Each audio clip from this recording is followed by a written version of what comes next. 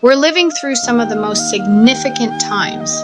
Every day, it feels like we're being asked to choose which direction we're going to lean, toward truth or illusion, toward awareness or unconsciousness, toward waking up or staying asleep.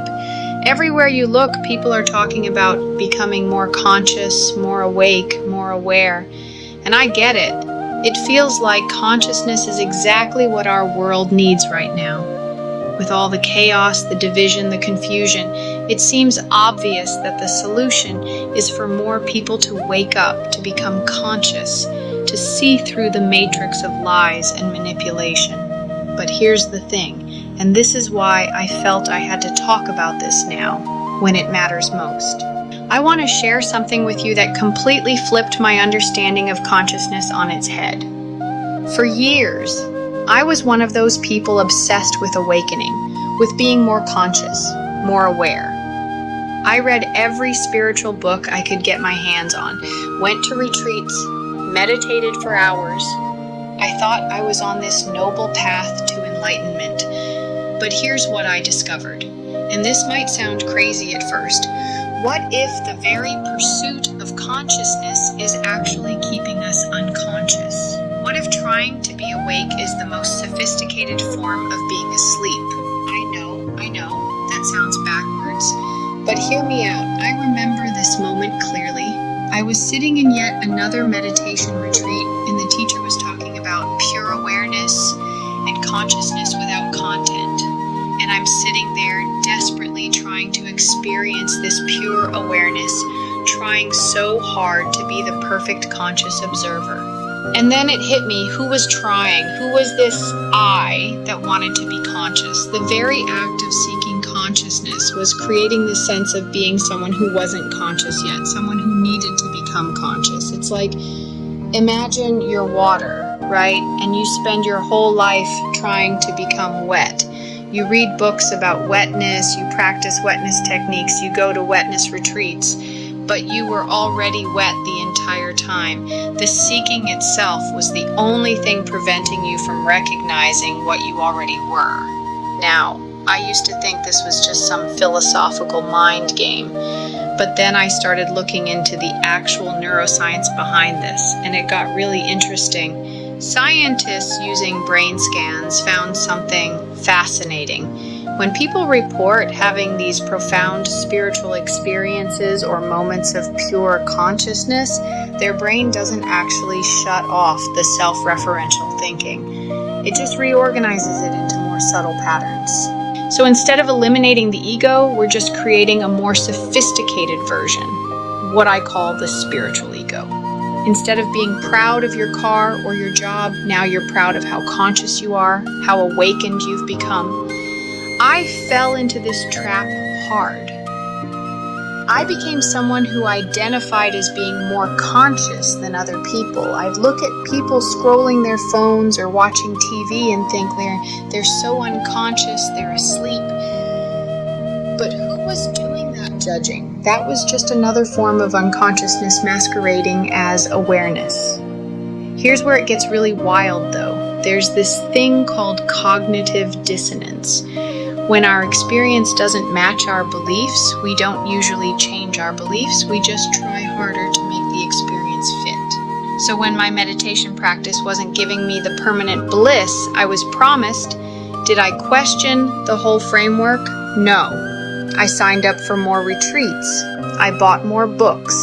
I thought, I just need to try harder, practice more, find the right teacher.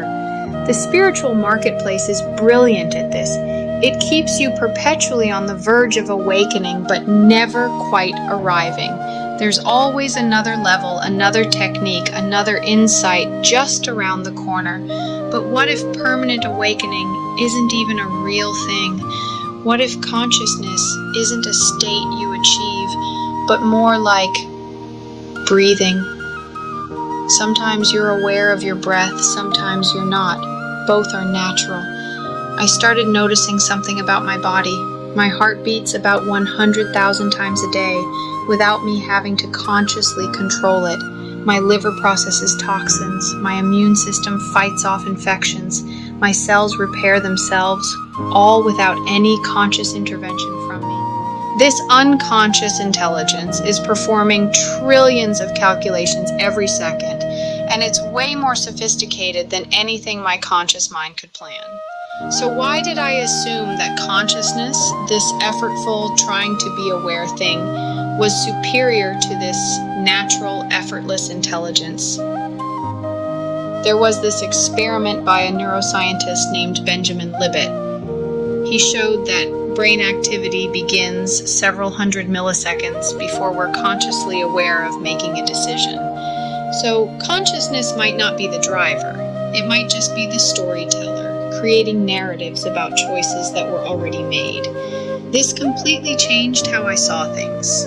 What if the deepest form of consciousness is actually trusting this unconscious wisdom?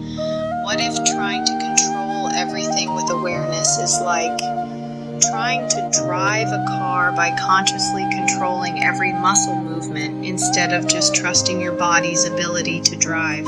Now here's the part that really blew my mind. I realized that the whole desire to transcend the ego, to become enlightened, to escape the matrix, that desire itself was coming from the ego. It was the ego's most clever survival strategy. Think about it. As long as you're seeking to become something other than what you are, as long as you're trying to get somewhere else, the fundamental structure of dissatisfaction, which is what keeps the ego alive, remains perfectly intact. It's like the ego saying, okay, you want to kill me? Fine, but let me help you do it. Let me be the one seeking my own destruction. And then it can go on forever because the seeker and the sought are the same thing. I spent years looking for this consciousness like it was hidden somewhere. But what if you can't find consciousness because you are consciousness? What if the one looking is what it's looking for? This isn't some nihilistic thing where nothing matters. It's actually the opposite. It's recognizing that everything is already what we were seeking.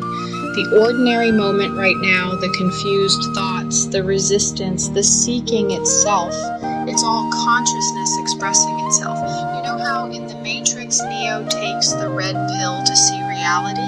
We've turned that into this whole metaphor about awakening. But what if both the red pill and the blue pill are part of the same dream? What if the Matrix isn't something to escape, but something to recognize as our own creation? I'm not saying don't meditate or don't explore spirituality. I still do those things. But now it's more like play, like consciousness exploring itself, not trying to become itself. The deepest freedom I've found isn't in achieving some ideal of constant awareness. It's in relaxing the compulsive need to be conscious at all. And in that relaxation, what remains isn't unconsciousness.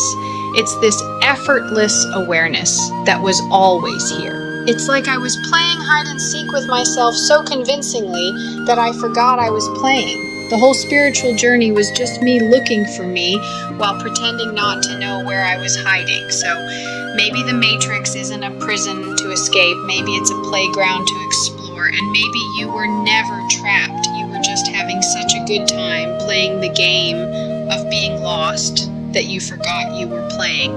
That's what I wanted to share with you today. Not another path to awakening, but maybe an invitation to question what being asleep meant in